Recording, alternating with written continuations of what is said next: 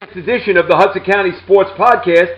I'm your host, Jim Haig, and before we get started, just as a reminder that the Hudson County Sports Podcast is brought to you once again by Stan Sports Center, which is located at 528 Washington Street in Hoboken. Telephone number is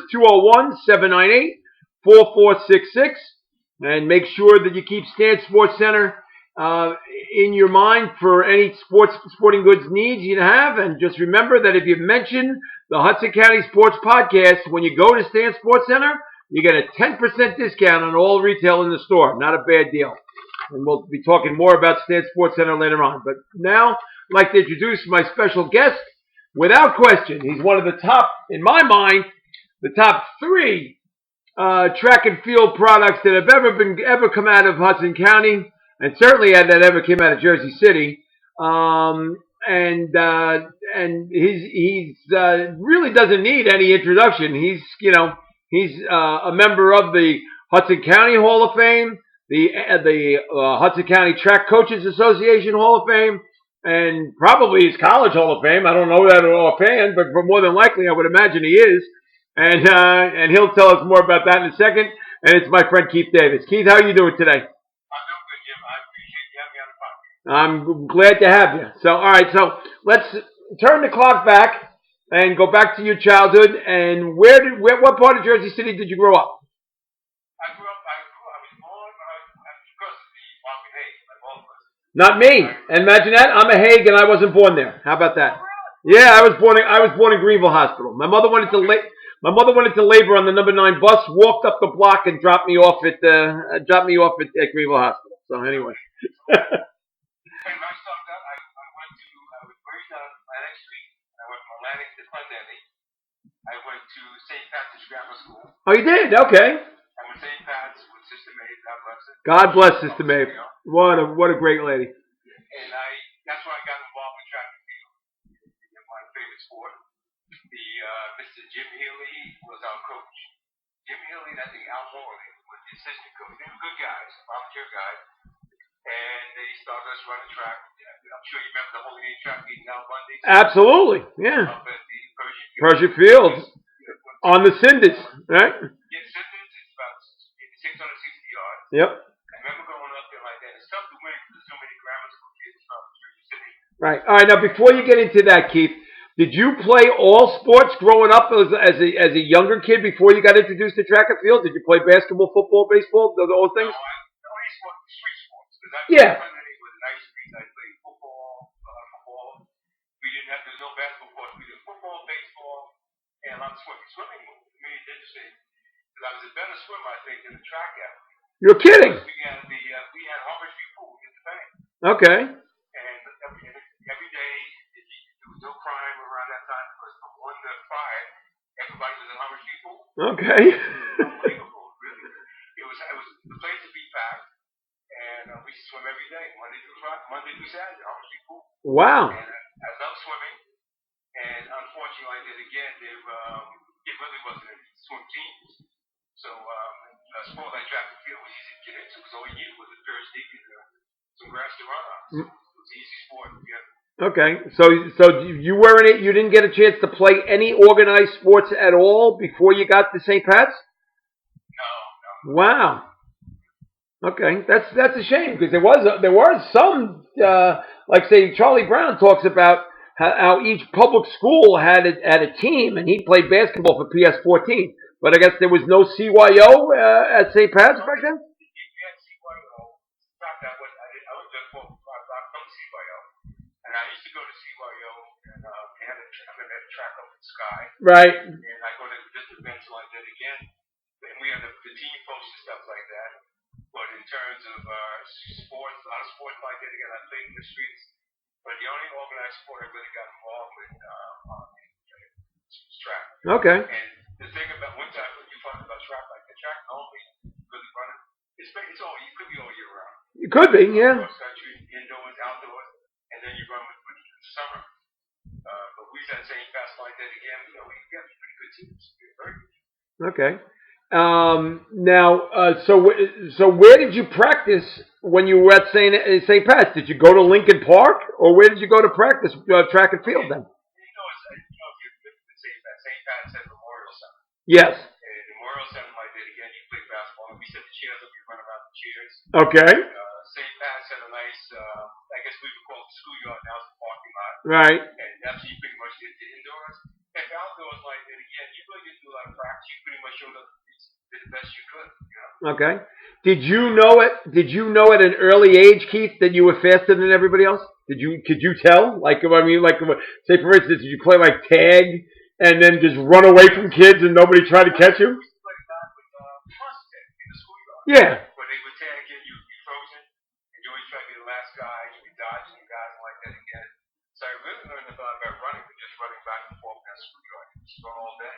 Okay. And another strange thing like that got involved with running because my father was a police officer. Oh, really? I didn't know that. Okay. My father was at number 5 school. Okay. And he had the juvenile bureau.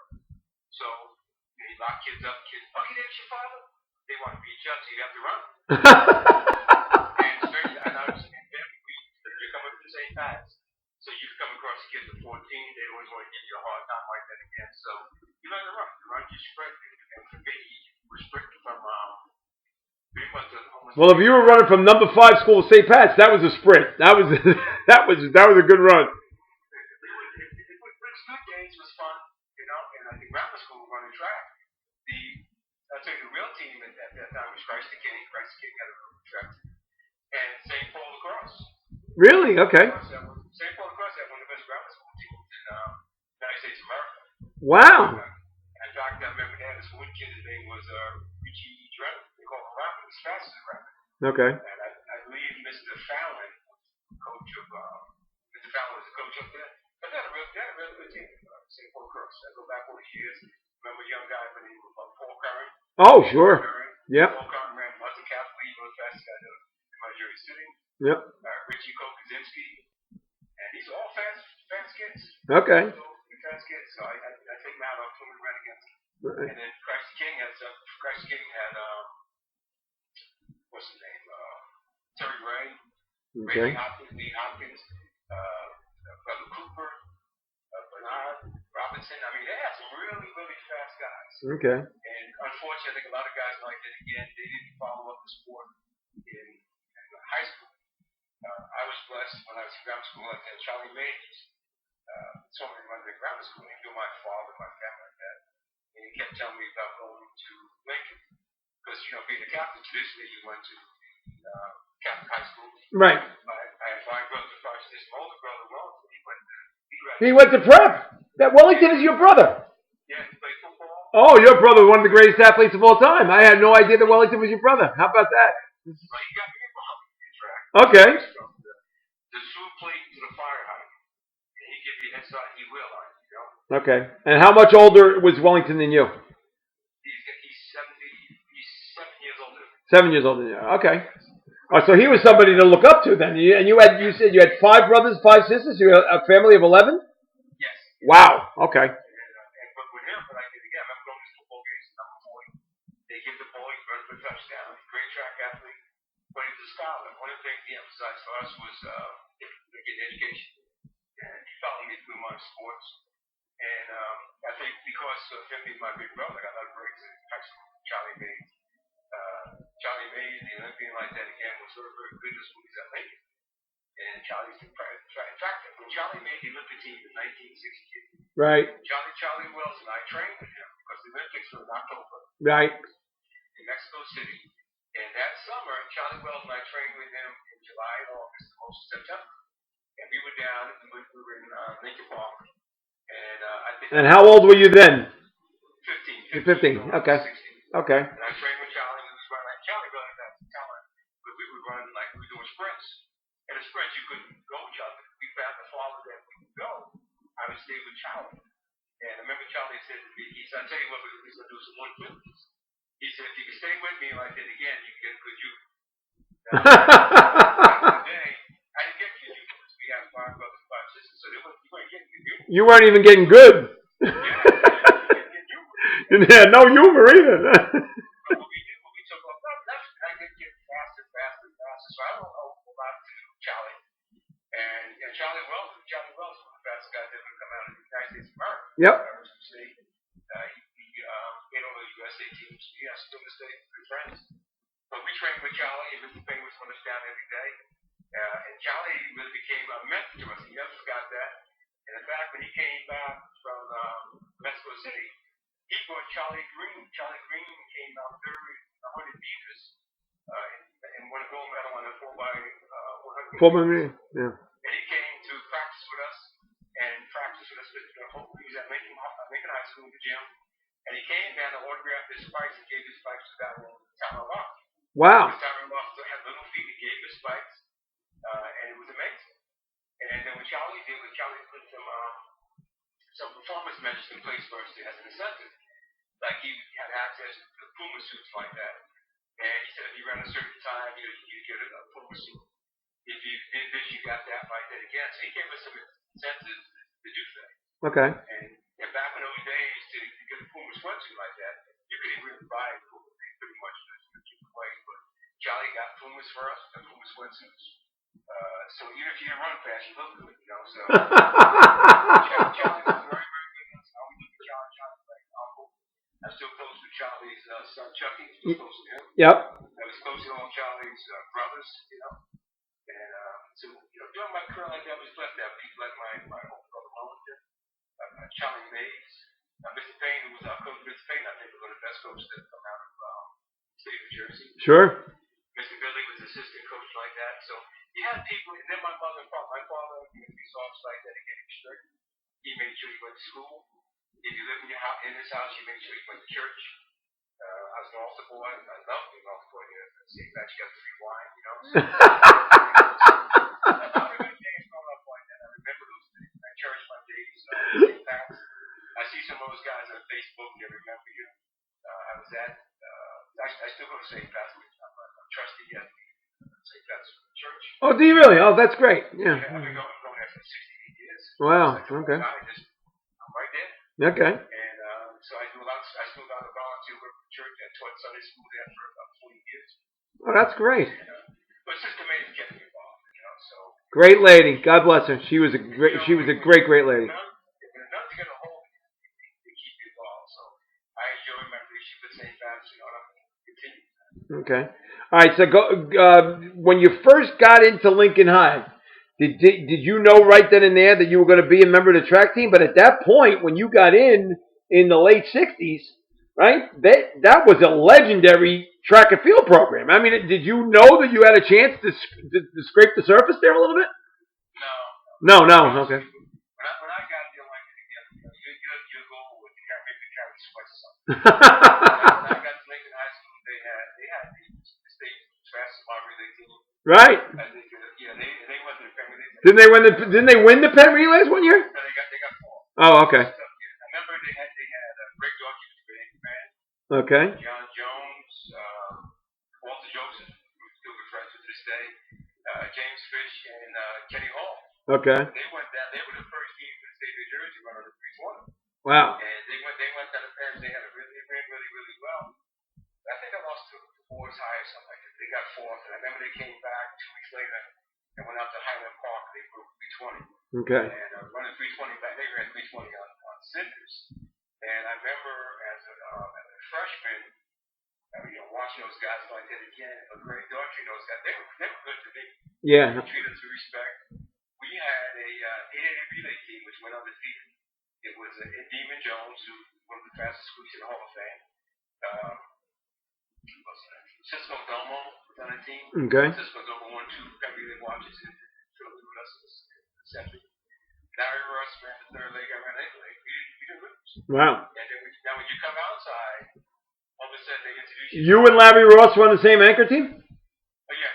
Larry Ross not together for God knows how long. That's not. No wonder why you didn't lose much. We have a team. Yeah, no. We have a freshman team, and we ran because what happens. Remember, you're coming out of grammar school. The holiday meet is 40 yards. Right. Most meets race for 60 yards. So all of a sudden you come into high school, you got 100, 200, 400, stuff like that. So you have to adjust and you have to adapt. So again, if you're going to be in high school, when the key race is running the mile relay. So we had a mile relay team of Cisco Domo, Steve Archibald, God rest his soul, Larry Ross, and myself. We had a decent team. And then we went to Highland Park. Highland Park always at the, it was like the state group relay, right? Right. And I remember Cisco ran the off leg, and he dropped the stick. Oh, and no. I always hoped that the stick goes forward, but the stick went backwards. So now you just got to take it off, but the stick can go back to the stick. Go get it and get it, yeah. So Cisco got the stick, and he gave it to Steve Osborne. Steve Osborne was a good guy. He wasn't running a quarter mile. None of us were at that time. And Steve Osborne, he ran the best he could, but we were so far back. I couldn't believe it. And then Larry Ross, he took the stick. And the fact that we ran freshman year, maybe 20 guys on line. He called everybody except for 2 guys. And the people that standing got up, maybe field with their little bases. So I got the stick. This guy must have had like 50, 60 yards. I ran this guy down, and I really know how to run quarter mile. I ran him down, and we lost by maybe a step. But people clapped for us for like 5 minutes because they couldn't believe that. You made up all that distance, yeah. Yeah. And that was as a freshman you did that? That was our freshman year. Wow. And then when you go to your sophomore year, now you're looking to do is break your novice. Break your novice is you run they have a novice race like they had a novice age. They have a great team. They don't have any of that anymore. Not novice, no. But the problem is once you break your novice, now you're awesome. So now you can get you behind you go and get along. Right. And I remember we won one race, we won one double beats. We beat East Orange. East Orange had a great team with a guy named Tommy Hash. Tommy Hash is the defending state champion. And we ran against them out for the whole sophomore year. We did all right.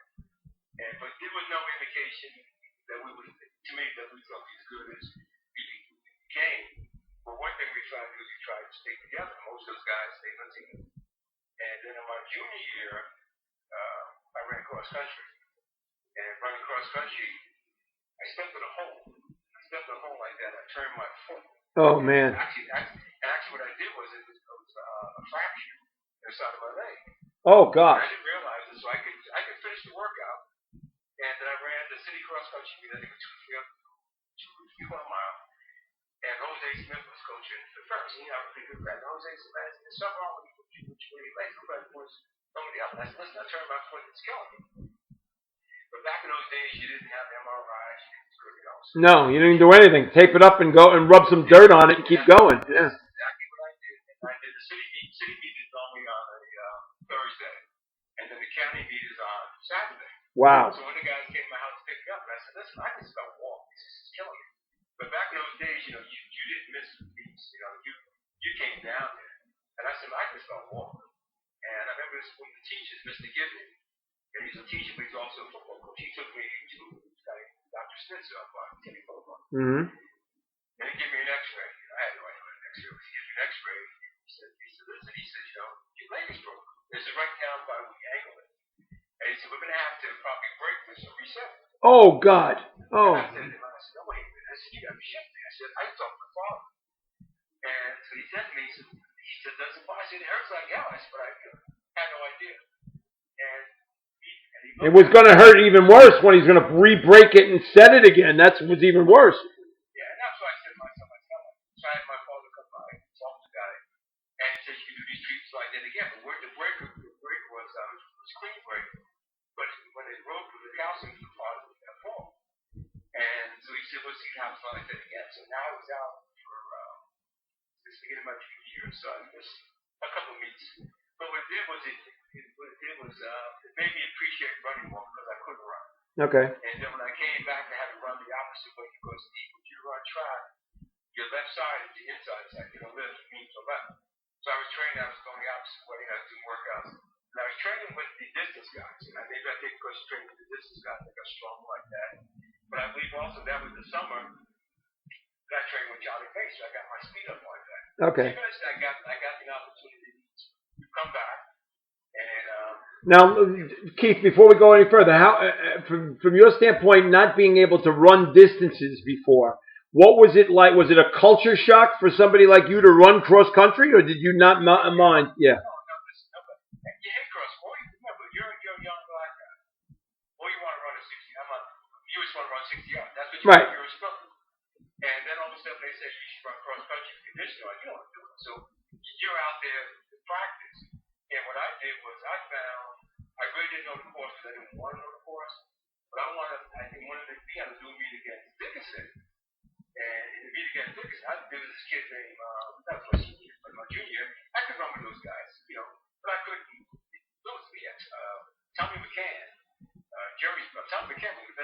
was in the country at that time. Was he really? Okay. Yeah. Tommy McCann was really good. And he'd kill you across country. Okay. And then I had guys on my team like Fred Morrissey, Larry Rush, a good cross country guy. There was Charlie Bates' nephew from Irish, Harry Allen. Okay. Then you had Paul Vickers from Dickinson High School. And there was some guys who were just as runners, they were just little kids. And my goal when I take Malcolm on that could he was just conditioning. But I hated cross country. Okay. So when I hurt my foot, they all figured I just didn't want to practice. But I really deserved it. So when they found out like that again, that's when they started giving treatment stuff like which is good. Did they re-break it, Keith, or did you just get it? No. Oh wow. Okay. So this thing had to bother you then for the rest of your life, then? No. Well, when it gets cold outside, it's going to feel. Okay. But what happens is then you go for a certain good. One thing you find once you get into the group of running out, is you get all about it. Okay. And but now I find sometimes it's cold in my age. I'm 68, so sometimes I feel those aches and pains. Right. But I was fortunate that I was able to come back. And then when I came back my junior year like that again, I really started running on the state level. Better. And I started, and again, from being out, I appreciated it. And I realized that Charlie Wells and Demon Jones, I wasn't going to be able to sprint, so get used to running 440. Okay. And so I really got into it like that. I started running. I think the first race I ran was when I came back from Seattle. I think I got third with Harold Johnson, who was one of the best guys in the state. And I came out third behind him and Seattle. Then we came for the state group meet like that again. It's a group, we running a group 3. And I remember I won the race. Ed Grant, the great news writer from Star Ledger. Yep. And the advocate, he's still doing well. God bless him. Good man. Great man. He said to me, listen, your brother Wellington proud. He said you ran 50.1.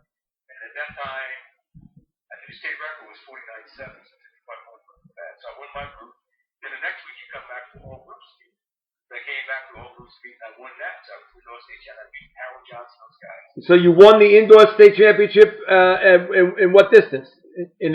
At 440. Okay. My race became the 440. So Right. I was all group state champion. And then we came back and won the mile relay. I believe we set the state record. And if I'm correct, the state record, the county record, the state record. And we did pretty good. And so now you come outdoors, and you know, it's all over again. Like it's all over again. And outdoors, like that again, we had a pretty good season. And again, your goal is to defend relays.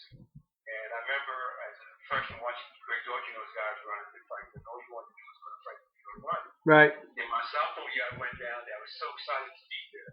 And I got the Stigley behind. And I ran these guys down. So I said, oh, you hit the ground. I said, oh, I think I got him. And you hit the wall. And the rip jumps on your back. So now suddenly we want to lose it.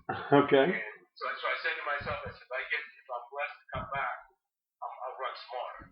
So my junior year, we came back to run the Fed relay. So that was my best race of all time.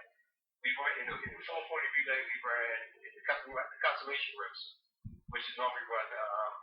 They run a championship in America run on Saturday afternoon. Right. The consolation race is run maybe like 4:35. Like it starts getting cold. Yeah. Then we got fourth or fifth. And I remember the guys said, I hit a dip. But when you only run at 110, at least run a quarter. And I said, well, hopefully next year we'll come back. In my mind, we're going to come back next year and probably get it right. And then in the mile relay like that, in the heats, if you win the heats, you get a beautiful plaque. We won our heat, got that nice plaque. The wheel, they call it. Yes. Yeah. Wheel, God bless you. And then we came back in the finals, and we lost to Abington, Virginia, and Boys High. And they only beat us by maybe like 3 to 4 yards. Okay. When I got the stick, we were behind. I ran those guys down. I didn't get tired or anything. I just ran out the track. Okay. I ran those guys down. But I found out that year, and I said to the guys, that you know what? I said, we got to stick within 5 to 10 yards. We can win. I said, but I'm not saying that from an ego standpoint. I'm saying that from a point of this is how good we are, and that to me to run anchor, that's how much better I have to be, or else I should be running anchor. So we went through our junior year like that. I remember going to the city and the county 440. I also went to 220 because then Jones didn't run that. Okay. And so again, I ran 220 basically points. And I went to the state meet. And state sectional, I remember state section was running off Bergen. And I remember running off. It's the first time I ever ran on a, second time, third time I ran a whole web track. Okay. And Norbergen had the track over the lake. I did pretty good. And I won the state sectionals. And then I came back to my relay and had a cramp in my lower leg. And but if you don't finish, then that's it. You can't go on to the overall group. Yeah. Yeah. So I went. We wanted to finish. And then it's right enough. The next day, I went up to the Holy Name meeting and ran in the Bill McEnroe meeting. And I lost to Gap State because he was the county champ. McGill? Yeah, but this guy, he was good. This Yeah. was in 69. He was really good. Oh, okay. He won the city, the county, but that was maybe McGovern or something. He was good. And I was afraid to run I'll be honest, I was afraid to run the 8 because it was twice this I normally run. And then you can't really figure out things on first. You feel it's not a quarter of a mile, it's like 660 yards. Yeah. And I remember you start over by the bathroom, you go around a lap, and you got a double lap. And I couldn't figure out my strategy, but he beat me by about 1-2 steps. But he was really good, so no problem with that. And then in my senior year, we came back like that again. My senior year, we were blessed because the guys who had started out with me, Larry Ross, Cisco Domo, we were still together. And Steve Oswald was the football player, he ran the hurdles. So we had a guy named Aubrey Freisen. Aubrey Freisen was a sophomore, 15, 16 years of age. And Aubrey was going to be the fourth guy on our team. We had no idea of that as we ran cross country. But we had a good cross country season. Somebody we in fact we came out second in the city. And I think we came out third in the county. We had Tyrone Lofton, this guy named Peter Harrington, Larry Ross, Jordan Glover, Charles Hatch. So we had 5 solid guys. I was in and out of it. Those guys were good. And then we came indoors. We had a great indoor season. I remember. And were all the indoor meets in the Armory? Yes, at that time we ran all the indoor meets in the Armory. Okay. And one of my goals was to break Willie Dixon ran 49.7 in 440. That was the state record. Okay. And in the CYO meet, I ran 49.5. Whoa. And broke that state record. And I remember the reason I remember the races because we have to do a big afro. And Mr. Payne said to me, he said, hey, and I think I ran 49.9 when the sectional, not section, the development meets. Okay. Mr. Payne said, you need to cut off all that Indian. You were wind resistant right then. Yeah. Yeah. Oh my gosh. And you know, my fault was like, you shut the hell up and just get together. Right. So now I go into my, go to and I said, you know, I go to the, and I tell you what, I broke the record. And then we came upon, we had then we had a cross meets, we had the group meets, and we ran like that at one of my groups. And then all the week, we had a tremendous week. We had on Thursday, we were at the city meet. At the city meet, like that again, I think I really, really well, broke the city record, the city track meet record. Okay. Then the next day, we had to go to 160 Armory in New York. And that day, I ran the 600. I broke the national record. You broke the national record. Wow. The national record, yeah. And I only ran 3 600s in my life. The first one I ran, in my senior year, I didn't want to run it. And what happened, let me just give a strange story now. Mr. Payne was our coach. And Mr. Payne had been coaching for a while, and he had decided to retire. Okay. What happened? He had some guys, he really were good like that again. But, you know, the guys didn't do is, you're a coach, you know what guys capable of doing or not doing, you get frustrated. Right. So he's going to retire. So I remember going to Harvard Pool with Charles Hatchett and Larry Ross. And I go to the pool, and I said, Mr. Payne, I said, you know what, we really like you to come back. This is our senior year, we want to try to get to college like that. And Ms. Payne said, listen, you know what, I come to work every day, I bust my chops, but you guys play around. And so I said to Ms. Payne, you come back, I promise you I will do whatever you ask me to do. I will not say a word, but he said everything, I said everything. So now he comes back, he says to me, I want you to run a 600 to make you stronger for the quarter. Okay. I really didn't want to run the quarters, I'm running 600. So the first one I'm running over in New York, and we're running, and we're coming down the straightaway. And this is my first, so I tacked it like I got 100 yards. And me and this other guy, Brandon Jackson, we both fall to the track. I could hear Mr. Payne saying, get up. So of course I got up, I ran, I wound up coming out third. And the guy who knocked me down, he became one of my best friends and roommate at Adelphi University. His name is Ray Lee. Oh my God. Okay. Yes, unbelievable stories that she had. Yep. So now I come back and I run, and I can't remember 114 or something like that. All right. And I think the state record was 113 by Mr. Bill Percy, his coach at Seton Hall. Yeah. Good run. And so now I come back, and that was the Bishop Lockwood was the first game. Then we came back and called on, hey, Miss Payne said, we're going to run 600 again this year, the state record. Well, I said, give me a break. So I go run, and I broke the state record. Okay. And so I figured, hey, that was it. So now I go back to running quarters of my relay stuff, which is pretty much what I want to do. So going back to that week, on Thursday, we had a city game. So you had to run the mile relay and we had to run the quarter of the mile relay. The next day we went to 160 miles, I ran 111.9 and broke the state record. I mean, the national record. National record. Wow. And I had no idea. I remember Arnie Lester from Jersey Jones. And Arnie and I were, Arnie's like my big brother. And he goes, bro, national record, what do you have to say? I was a 70-year-old kid. That's what I have to say, you know. And I had no idea what that really meant. You know, I just to win. And then the next day we had to come back to the whole group statement. So I came back and ran the quarter. But we got beaten in my relay because Larry Ross's father died in South Carolina. Oh God. So without Larry on the team, I definitely wanted to lose to Seton Hall. But we battled with Seton Hall on indoor season at one of the, I think it was the second development meeting of the year in front of the Armory. And again, we always had a problem with drop the stick. My man got again, he dropped the stick and went backwards. He dropped the stick. I mean, we were way back again. Couldn't you put stickum on the hands so you could stop dropping the stick? Jeez. Well, can I tell you, if you go back, you look at the stories in high school. So you look at the United States of America, how many times they drop the stick in the 4x1. Yeah. And we used to practice, and this is my relay easy. And in fact, we didn't drop it faster.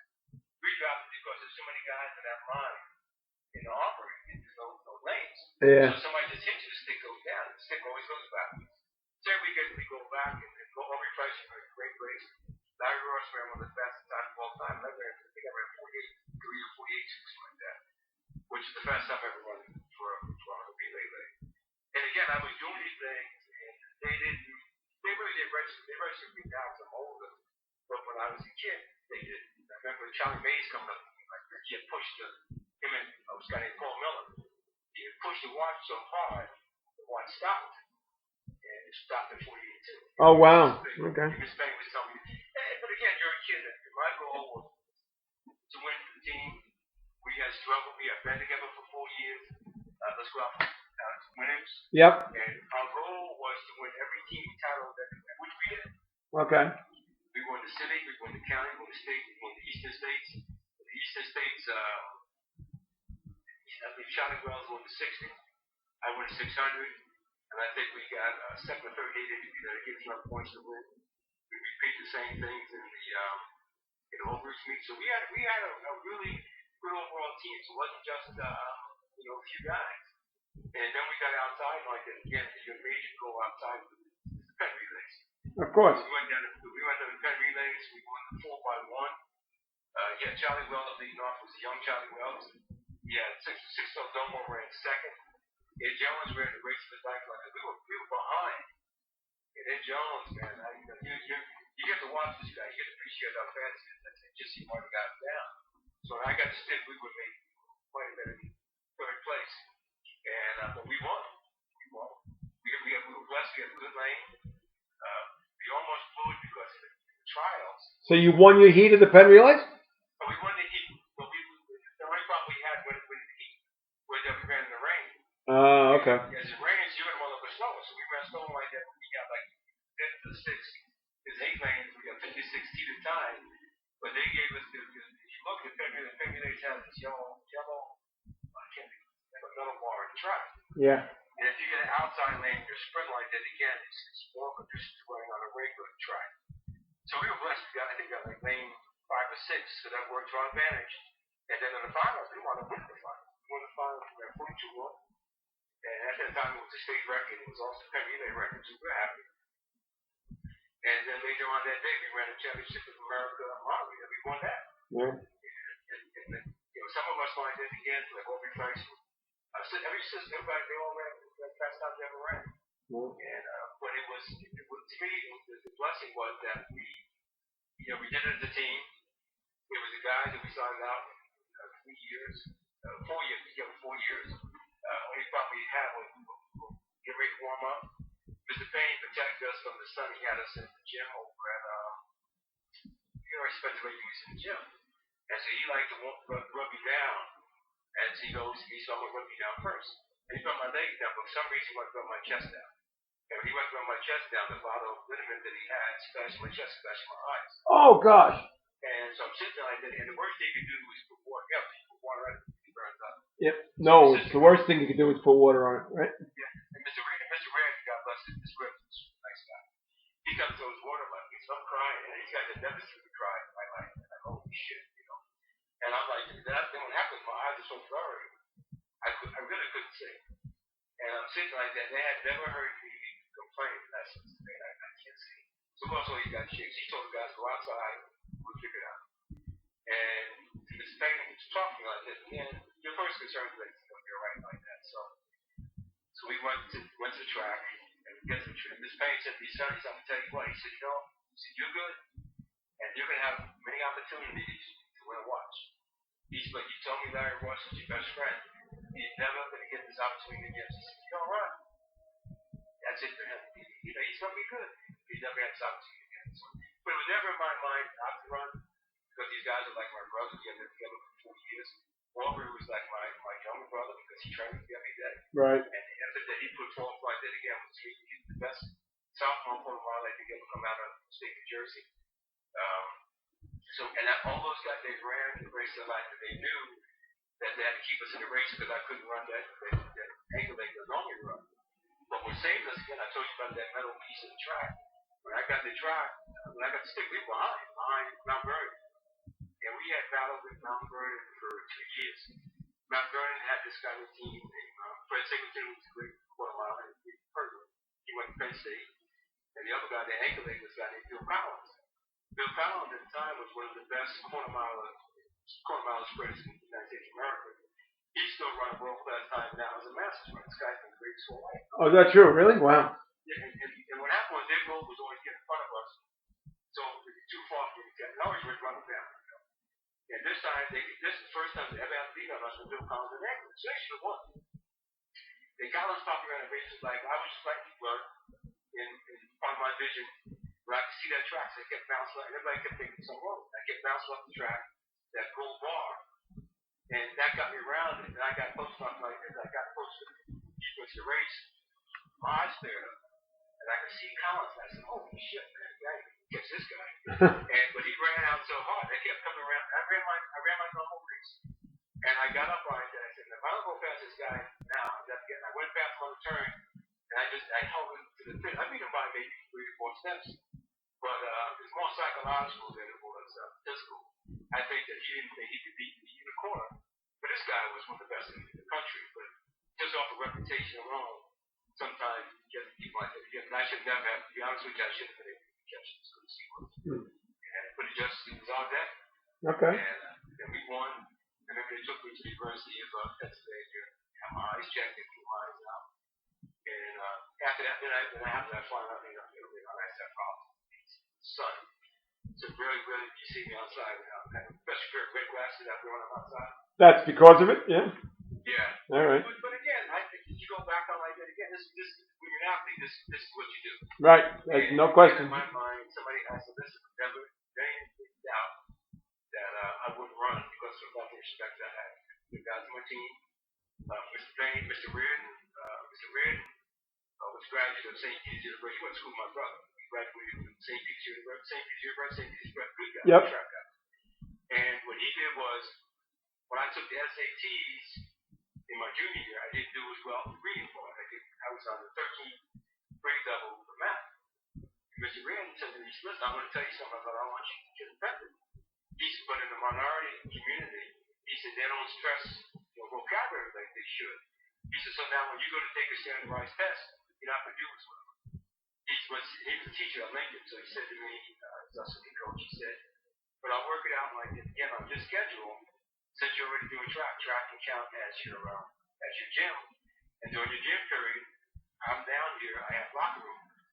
So during that time, you're gonna come down here. And I got a vocabulary book, and we're gonna do vocabulary work. This is what you got to do. He said, we're not gonna come down and do it like that. Yeah, he used to say, go on. But you got to come every day. Right. So I came down there every day. I did it with him every day, 3 days a week. And when I took the SATs the second time, my scores are high enough that I qualified for the scholarship. So I always say he's good. Well, that's great. All right, well, we're going to continue on with your. We didn't get to Adelphi yet, and we didn't even know how did Adelphi get into the picture. But we'll be back with 1 second. Just stay there, and we're going to come back with the second half with Keith Davis right after this message from Stan Sports Center. Stan Sports Center is your local full-service sporting goods vendor and authorized team dealer. They offer quality products and dozens of brands to outfit your team top to bottom. Stan's has proudly been supporting the local community since 1946 and is your one-stop shop for uniforms, equipment, online team stores, and much more. Locations in Hoboken and Saddlebrook and servicing the entire tri-state area. Visit them on the web at stansportsctr.com. Again, that's stansportsctr.com. And check them out on social media for their latest creations. That's Stan Sports Center, located at 528 Washington Street in Hoboken. Telephone number 201-798-4466. Say hello to my friends Danny and Louie and Todd down at Stan's in Hoboken. And if you do mention the Hudson County Sports Podcast, you get a 10% discount on everything that's retail in the store. Not a bad deal. 10% discount just by mentioning the Hudson County Sports Podcast. That's at Stan Sports Center, located at 528 Washington Street in Hoboken. Okay, we're back with Keith Davis. And Keith, talk a little bit about, first of all, when did Adelphi come into the picture of recruiting you? And did it happen before your outdoor season, senior year? Actually, it happened during my outdoor senior year. We were being recruited we were heavily recruited. We were recruited by Penn State. I remember Penn State took us, crazy enough, Penn State took us to the Empire State Building. And I forget that the Empire State Building took us to the IC-40 track meet. Okay. We actually visited Penn State. Mr. Payne took us down there. Well, now, did they recruit the whole relay as a group, or just you individuals? They recruited 3 of us: Larry Ross, Cisco, Donald, and myself. Okay. All right. All 4 of us went down. We visited Penn State, like school. We were recruited by Manhattan. Manhattan wanted the 3 of us. Manhattan was really good. Manhattan had Mr. Gagliano was one of the coaches. Okay. And Mr. Dreyer was the other coach. Gagliano was one was Essex County, one was Roselle. And one coached Mike Keogh, and the other coach Joe Savage. Very Savage, still come out of America. Okay. And they ran against us in high school, so we was all set to go. We was all set to go, and then Rutgers tried to go. We went to Rutgers, got nice to meet at Rutgers, and but then Manhattan came in. Manhattan gave us a deal where they give all 3 of us scholarships. So Mr. Payne was figuring, hey, you go to school together, you support each other, But if you get all 3 guys to get a scholarship, save our parents some money, it's the best way to go. And Charlie Mays is good friends with Ron Basil, who's the coach of Adelphi. Okay. Adelphi wanted all 3 of us. They sat with Charlie. Mr. Basil came to my house and spoke to my mother. My mother was impressed. She was impressed. I'm sorry. Okay. She was impressed because the clean cut black gentleman. Sure. Well policy. Mr. Basil could charm a snake, and he got in there, started speaking to my mother.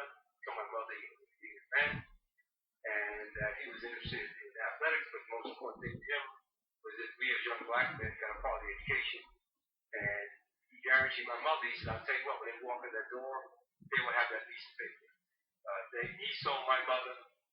My mother talked to Larry's mother and Cisco's mother. And we took a package deal. We went to Adelphi University. In between that, North Carolina Central with the great Walker. Okay. They came to my house to try to recruit me. But again, we were sold in Adelphi. Adelphi was Long Island, local. We really didn't want to travel to North Carolina. We recruited a couple schools in Virginia. But really it came down between Rutgers, Manhattan, and Adelphi. And we decided that, that's when we started going to Adelphi, going out there. I remember going out there, went out there on the Long Island River. Okay. That's how you went. You went out on the LIRR to your first trip. Yeah. Okay. One of the guys in Adelphi was probably junior. Adelphi met us in Penn Station, took us out to Delphi. I mean, we went there, we met with Mr. Vidal, the outfit director, Mr. Basil. We complete a lot of paperwork like that. And then I'm sitting there and we're beating, and then they said, listen, we got a phone guy, got me on Jackson. Come in. And the guy behind Jackson was Ray Lee. And Ray Lee's the guy who I ran a 600 with, I knocked him down in my first 600 my senior year.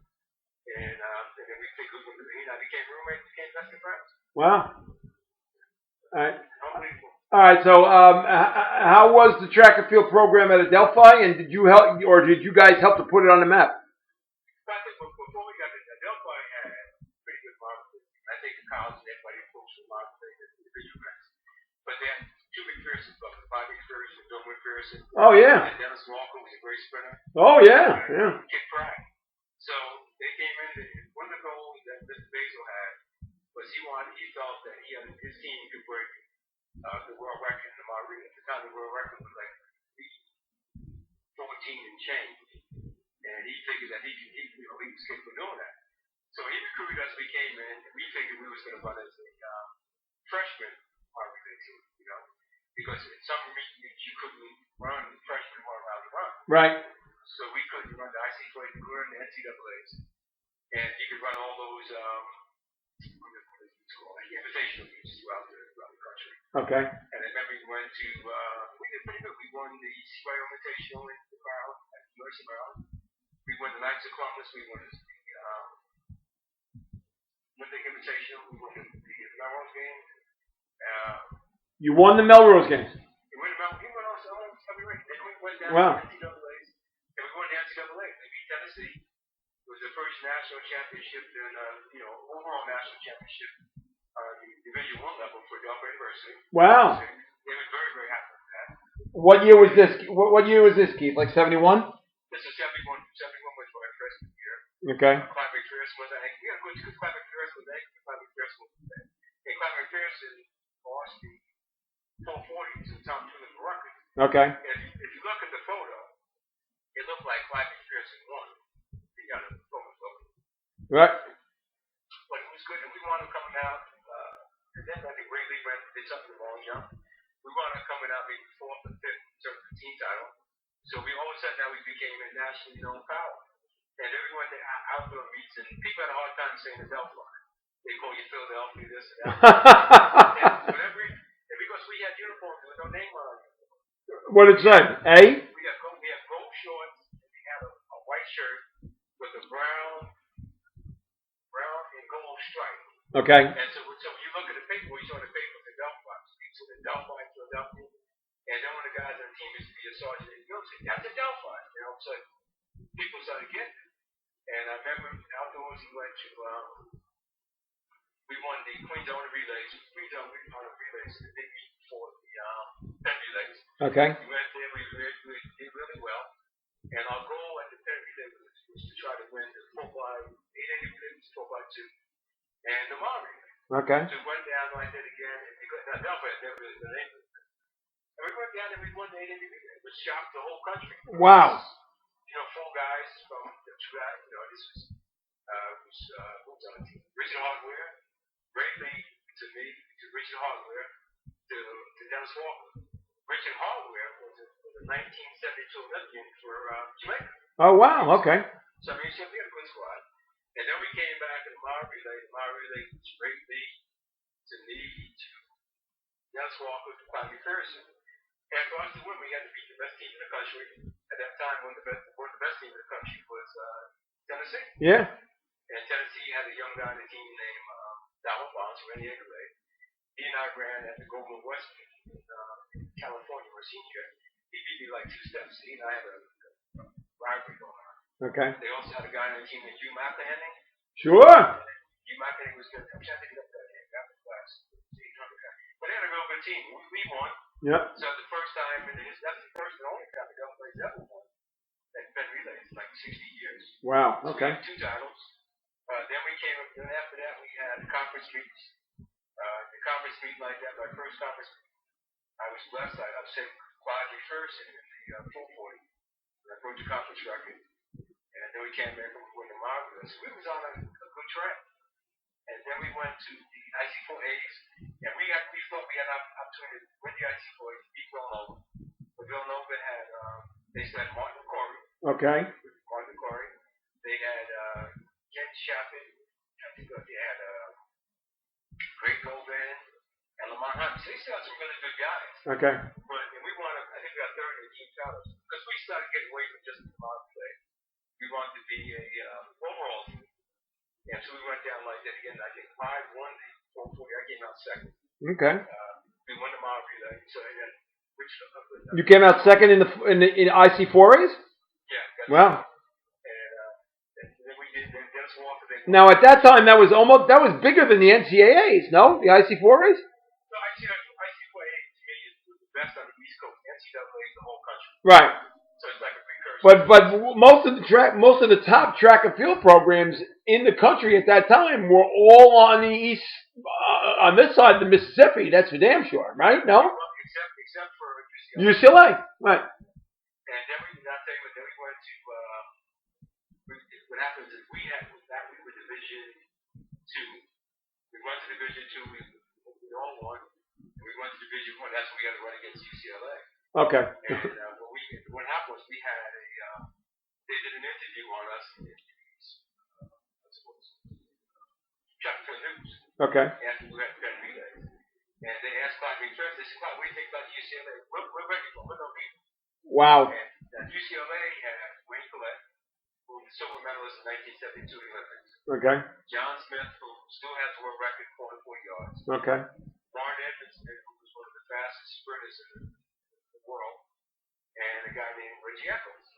So why would you want to tell those guys that? So those guys are good. And they kept saying, we can't wait for Adelphi to come down. So, and then we got there like that again. I tell you what, we set the East Coast record. They ran 3:0.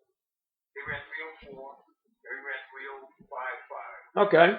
Which really was running back one day. Yep. So to me it was really good. We were happy with a good year. Then we came back our sophomore year. Like it again. That's when Clyde McPherson was senior, Walker was junior. Larry and I were seniors.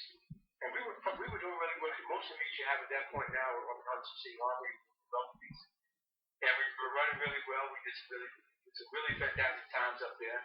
So basically really felt we had a shot at the world record.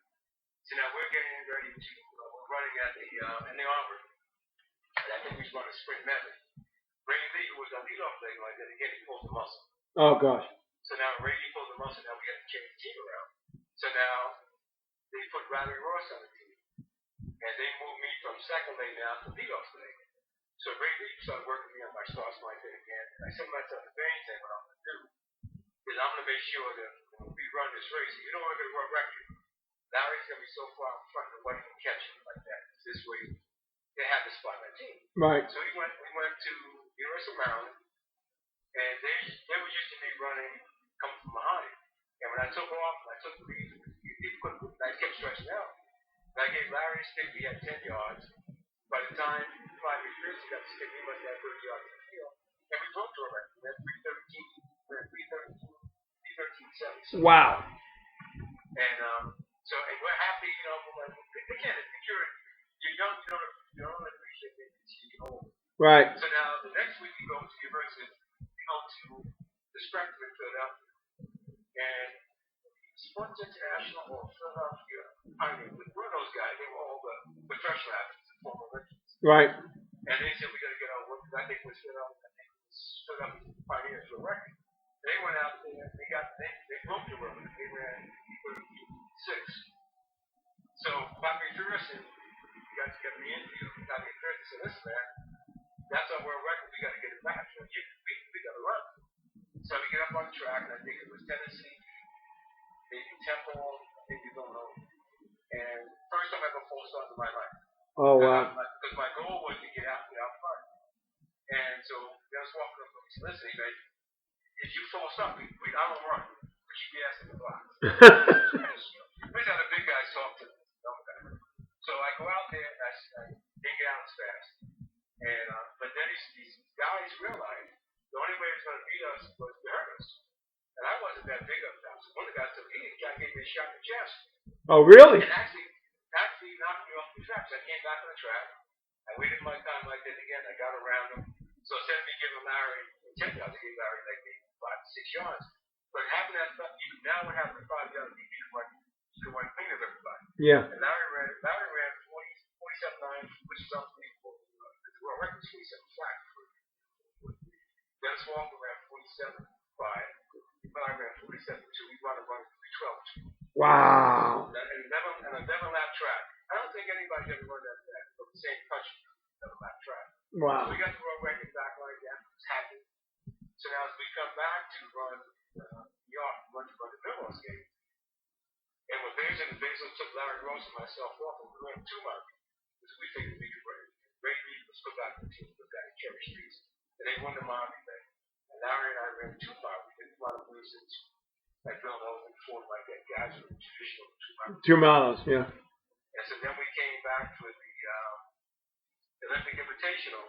They made it into a really big race. It was on the radio and the TV. Adelphi was defending a record against Sports International, which was a super team. Philadelphia Pioneer Club and North Carolina Central. North Carolina Central had the great Larry Black, who was Olympian, got behind Borzov and ran 20 flat, 20 beats. And wrapped that up that USA team in 72.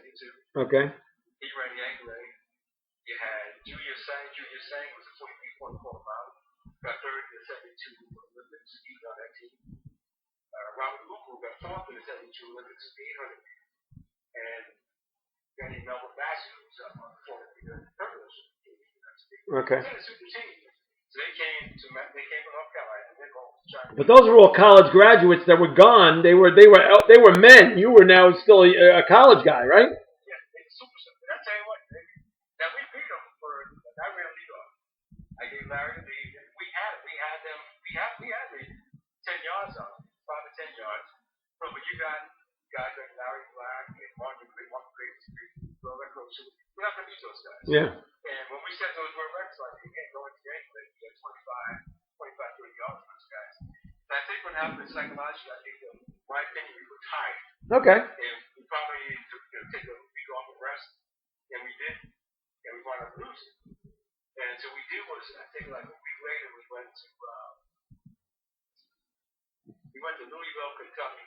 I can't think the name of the meet, but I know the meet was in Louisville. And we was going, it was a 220 track, so we tried to break the record for on the 220 track. Okay. And Manhattan went down to the break the 2 mile, they record, Joe Savage, Tony Colon, that was a good team. And they wound up losing.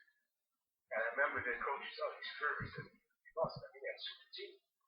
And I told them I lost to Tennessee, something like that. And then we came and we ran. And the first time we run, the first few legs, the lead-off leg, 2 guys fall down. 2 guys finish, and technically the race goes, you can't run. Yeah. So they decided they're going to run a match race. Later on, and I said to them, you don't want to run a match race because a match race is nobody in between. Yeah. And they had a team there named Murray State. And Murray State had this guy, Tommy Turner. Tommy Turner was fantastic for the mile. So anyway, going to it's different. Larry Rushton, my main dude, better off. I ran second. Dennis Walker ran third. And everybody there, it was like the whole state of Kentucky was cheering for Tommy Turner. And they kept and he kept coming. He kept surprised. So he wanted to come back second. But 7 seconds to those guys. But then all of a sudden, like this again, I think what happened, we put so much effort into those corrects like that. We slowed down. But then we went to the NCAA and repeated as well because they champions. In Division II or not? Division I, national. Now you're Division I, so you won the national championship at Division I in the mile relay. We did 2 years in a row. Wow. And so which is something. And so then what happens is I think we won outdoors. We went outdoors like that, pretty good the outdoor season. The highlight of the outdoor season was we went to Penn Relays. We ran the and what year is this? 72? The year of the 72 Olympics? 72. We ran the 4x1. 4x1 we dropped the stick. We had a bad year, and we dropped the stick. We had the 880 relay like that, basically pull the muscle against it. So we didn't finish any races. Then the mile relay, we lost to the University of Michigan. He came out second, University of Michigan. But we didn't have the full team because Larry Rush had 2 miles for that. Okay. And he didn't run. We had like two substitutes on the team. We were getting second. We ran very well, got second. And then I got hurt after that. I pulled my first time I really pulled a muscle in my life. And I missed the rest of that season. But the guys did pretty good. They went to the NCAA. So Richard Altman went out to the Olympics. He got second in the NCAAs behind Larry Bird. So I mean, Adelphi really was doing some things that was unheard of for a New York metropolitan school. I can imagine. Unbelievable. So was there any talk at all at that point for you trying to go to any of the Olympic qualifiers, or was that just too far fetched for you guys? Well, they said Clyde McPherson went. That was a couple of we went. But what happened was, like, to make the Olympic team in America, you have to be the 3 best in the world. Right. And so you're going there. You want to compete. I was hurt, so I didn't go. Oh, okay. So you had some of your teammates went to qualify for this 72 Olympics. Okay. Clyde McPherson went for 440. Dennis Walker went for the 100, 200. Ray Lee went for the bone jump. And then Richard Otwell went to Jamaica. He qualified for the Jamaican team with Don Farr. Don Farr, oh, sure. Harvard was a bad boy. Okay. All right. So now you got 2 more years of college, right? Or was that 72 was your senior year? 72 was my junior year. Junior year. Sophomore year. 73 we came back like that again. We got another good year. And in 73 I remember I put the school record in the 600. Had a great indoor season. But then at the IC4A's like that again, I pulled a muscle. Oh wow. What bothered me is I was going to win the 600 without my mind. And then what they did was they wouldn't let me run the finals because they want me to run the next week at the NCAAs. Okay. So the guy iced my leg down like that again. But then I couldn't even run because my leg was that way. Oh wow. But you're not going to cover full muscle. No, not in a 1 week time. No, not at all. So then we come back to we go to the outfit, and then when guys went down, they got second anyway. And so we were, and then we went outdoors. I couldn't get my leg right again. Mostly outdoors, I ran at 10. I think I ran a mile then. And I think I ran all 3 relays like that. Again, we just down here. And again, we got second in the mile relay. Okay. So it was unstable. I didn't run then after that was it because my leg was falling. Okay. And I came back my senior year like that again. I had a good senior year. We won I won the conference 600. I got second in the actual IC4A 600. Then we got second in the mile relay, so we had to get a great upgrade. That was Adelphi named Adelphi the athlete of the year. Wow. And then we came outdoors. We have I think my opinion. We went to University of Florida for I think it's the Kiwanis League. I went down there, broke the week record in 440. Yep. We won the mile relay, so we was ready to have a good year. And strange enough, when we was there, we took the whole team down and went there. We had a good week of practice. Then we came back. We did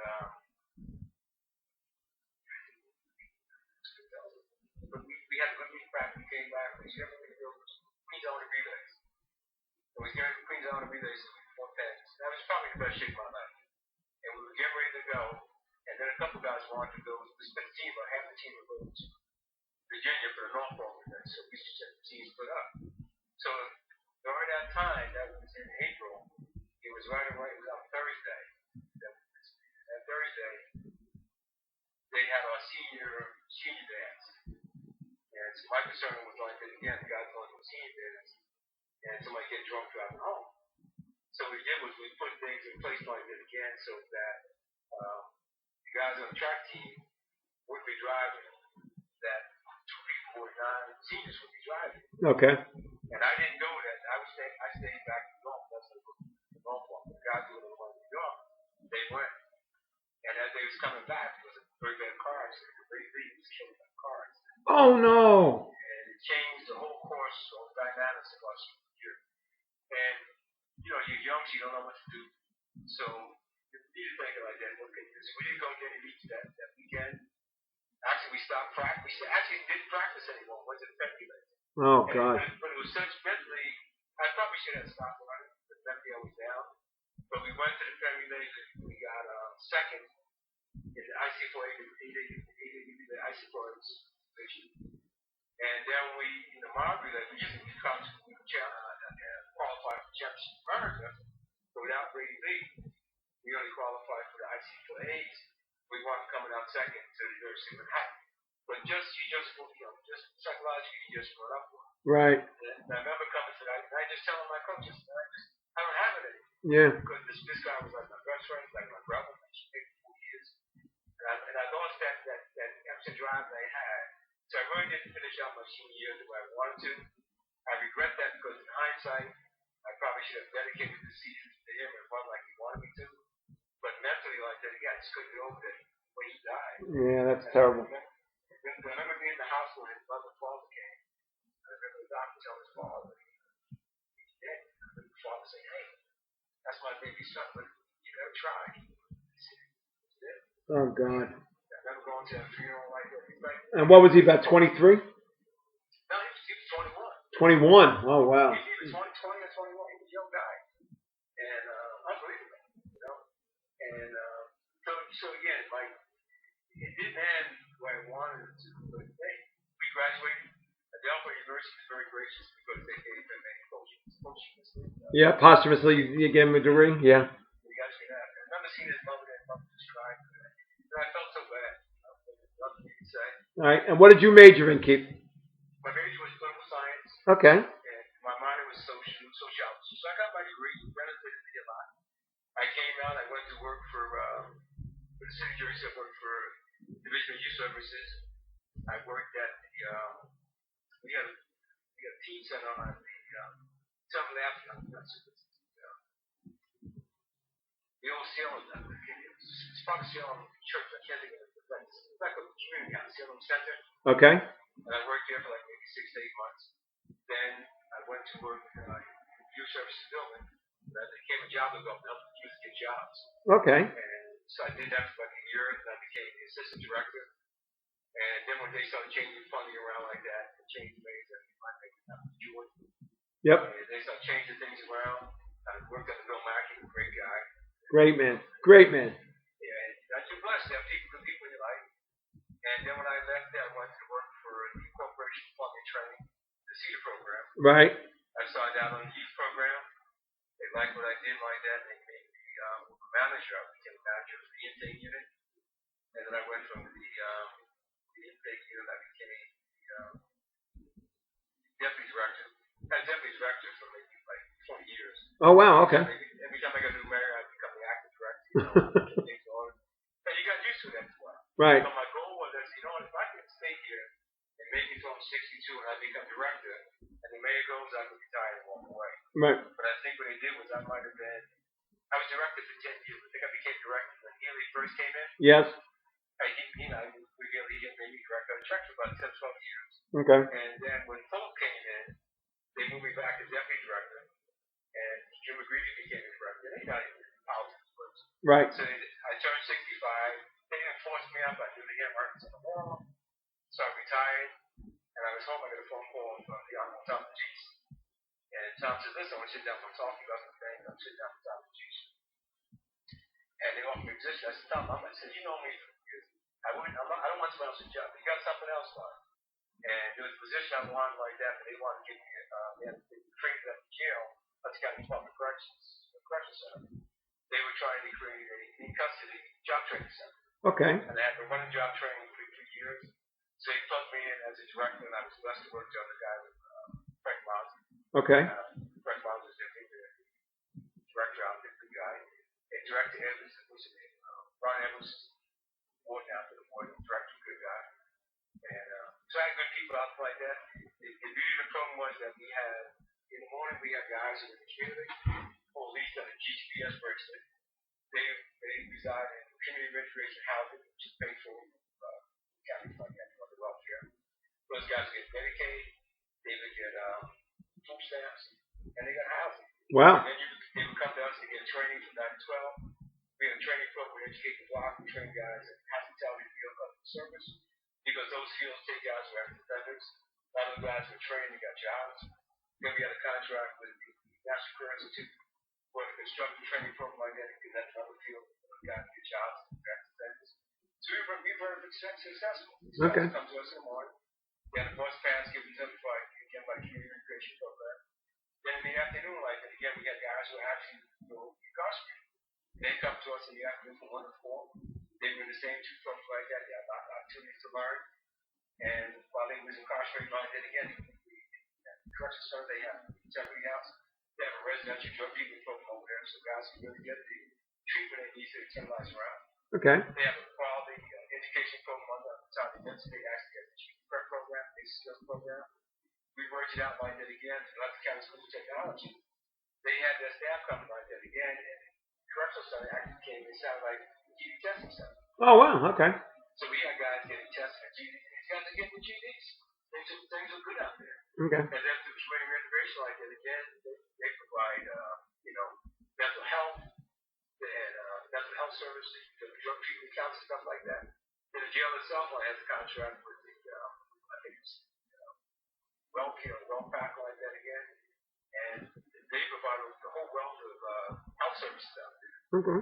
So when I went to the jail, to be the jail was when I saw him got knocked on my heart, come check it out. But this is a true correctional rehabilitation center where they do everything in their power like they can to rehabilitate people, train them, motivate them, inspire them. They get behavior modification treatment, stuff like that. Okay. So everything that you really need to get out of jail and be successful is there.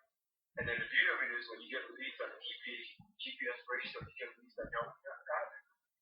They got that program, the BMG program like that with Project Housing. Oh, that's incredible. The guys come out, they got no place to go. They can't go back to their families because they're in trouble. Mm-hmm. From restoration housing like that, they give you housing anywhere from 90 days to a month. And sometimes you qualify for up to a year of housing. Well. So a lot of good things going out there at the correctional center. Okay. Are you still working there? Well, I'm still working there, yes, but because of COVID-19, they got the program on hold. So what I'm doing is the county created a new program, new department. Okay. The Department of Housing and Community Restoration, which is going to encompass all the stuff that I was already doing, so I'll still be doing that. Okay. But I'm also trying to help them create a new training unit out of the county plaza. Oh, wow. Okay. And, because I think what happens is they have some individuals like that they already have a training unit in place like that which deals with individual client. And this unit will be the only individuals who are about to get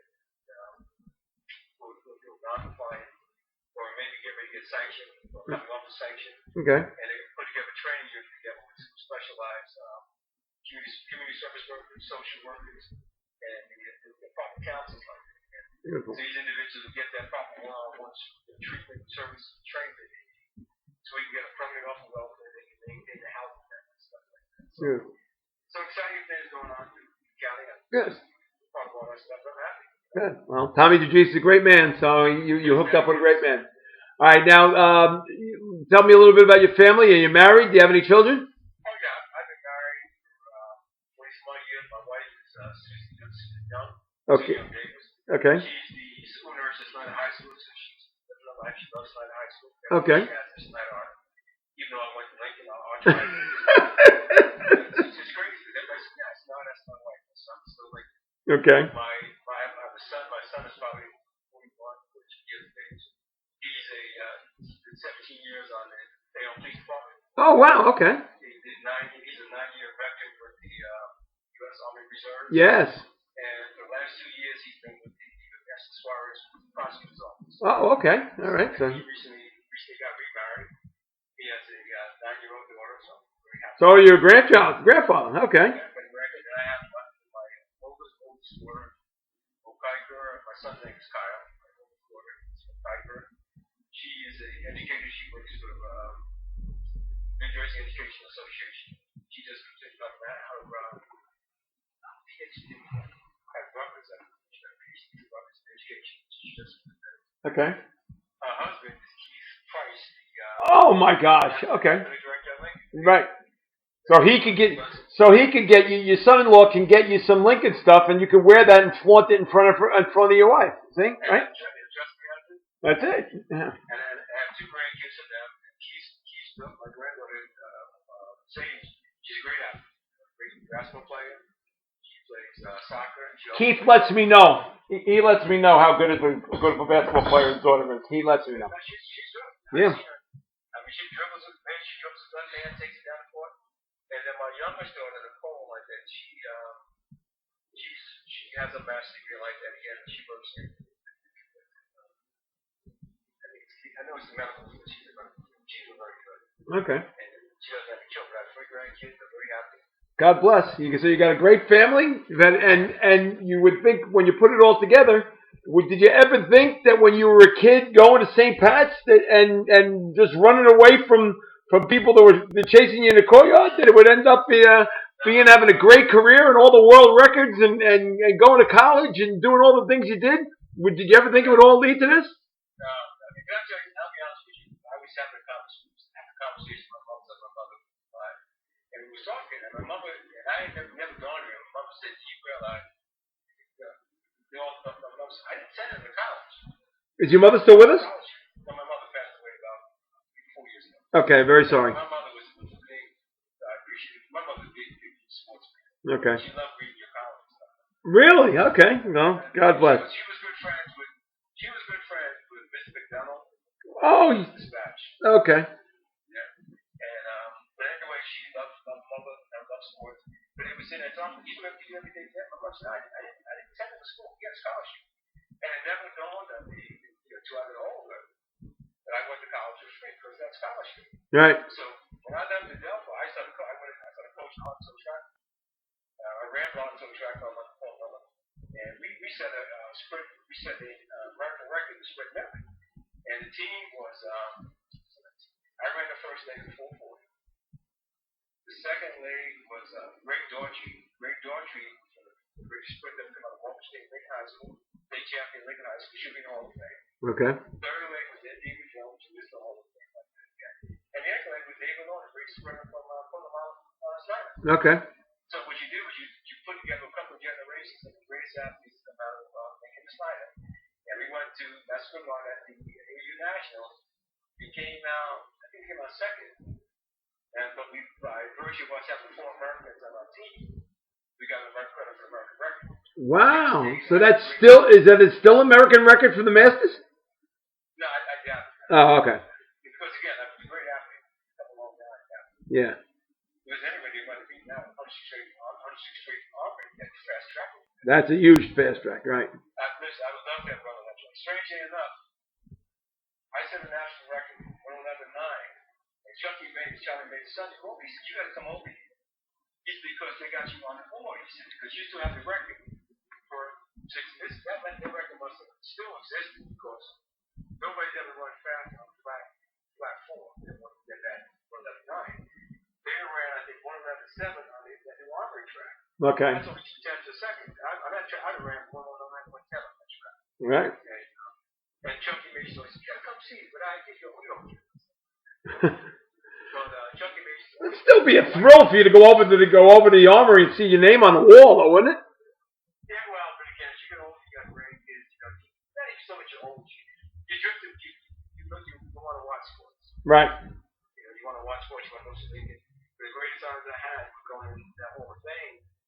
And I remember I went in there with the great Eddie Stanfield. Yep. Chuck Wepner, Mr. Bundy's. That was a great night. And I'm there, and I remember, you have to sit first. I remember saying to them, I said, how can you not put Charlie Mays in Olympic?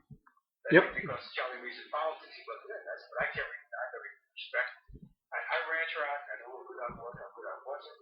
I knew who was good. Charlie Mays and Eddie Stanfield, she's the first. I say that.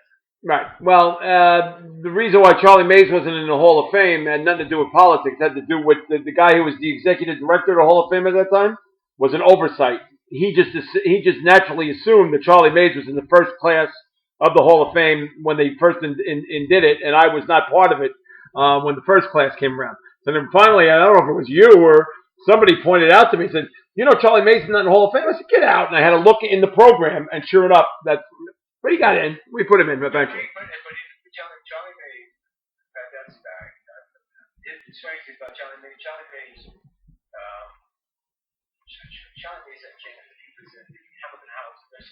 Yep. I went to visit him in the Jersey Medical Center.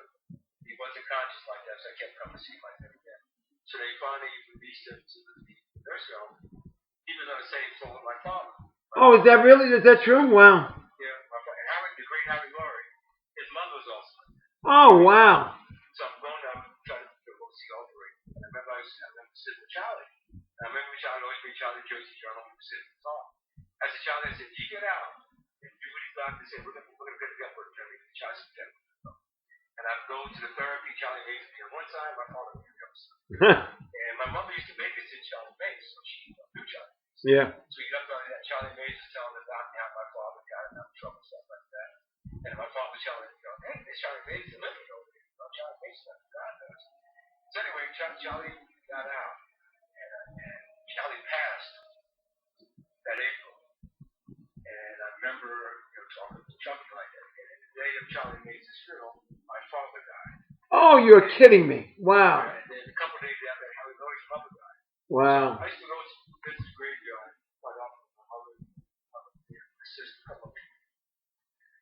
So I go to the graveyard, and I'm saying to myself, I knew when my father was buried. I said, I wonder where they buried Charlie Mays. And I'm looking. Charlie Mays is buried right next to my father. Oh, what are the odds on that? What are the odds? As you go down the same aisle, you go to the end. Next to the second grave in is Harry Laurie's mother. Wow. And which cemetery is this? This is Bayview Cemetery. Bayview Cemetery on Garfield Avenue. Yeah. Yeah. Right there. I'm telling you, I look like that. I've seen this. Which if you go into Bayview Cemetery from the Cater Avenue entrance, if you go in from the Cater and Garfield entrance, you go in right there at the left. One of the first graves that's right there is Glenn Cunningham. Yes, yeah. My father never right question. Okay. Well, God bless. God bless. Well, your father would be very, very proud of you, Keith, for what you've been able to accomplish, both for your achievements and for raising such a great family, and for giving us such a great son-in-law too, because he's a great. And I even talked to Keith, your son-in-law, about being a guest on the podcast. So he'll be a guest coming up in a couple of weeks. So, hey, great talking to you, Keith. Thank you so very, very much for sharing with it. God bless you. And hopefully I'll see you soon somewhere down the road. We'll definitely see each other. Okay, you take care of yourself. All right, bye-bye. And that was my special guest today, Keith Davis, the great track and field Olympian from Lincoln High School and Adelphi University, who during his career, I think he held at one time, either 13 different national and world records in track and field. Quite an achievement, quite a career. Thanks again for listening to today's edition of the Hudson County Sports Podcast. I'd like to thank my special executive producer, Johnny Haig, my great nephew, who did a great job in setting this all up for me when we started to do this just about a year ago. We're coming up on the year anniversary of the Hudson County Podcast. So thanks a lot for listening today. Again, make sure you listen again soon. And thanks to our special sponsor, Stan Sports Center, located at 528 Washington Street in Hoboken. Telephone number 201-798-4466. Mention the Hudson County Sports Podcast, and you get a 10% discount on anything retail in the store. Thanks again for listening today. I'm your host, Jim Haig. Have a pleasant afternoon.